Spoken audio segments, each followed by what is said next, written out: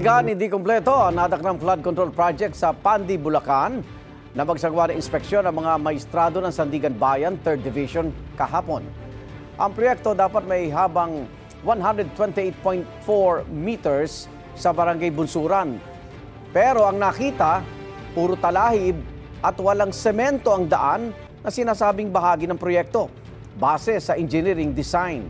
Sabi naman ng isang abogado ng depensa, nakabaon ng mga sheet pile batay sa disenyo kaya hindi nakikita.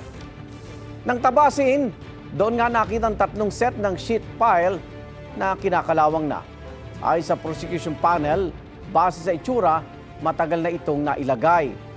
Iginit nilang ghost project ito. Wala rin daw revetment o containment wall kahit 95% ng bayad ng gobyerno. Ang proyekto ang sentro ng 92.8 million peso malversation case laban kay dating Senador Bong Revilla at mga dating opisyal ng DPWH Bulacan 1st District Engineering Office.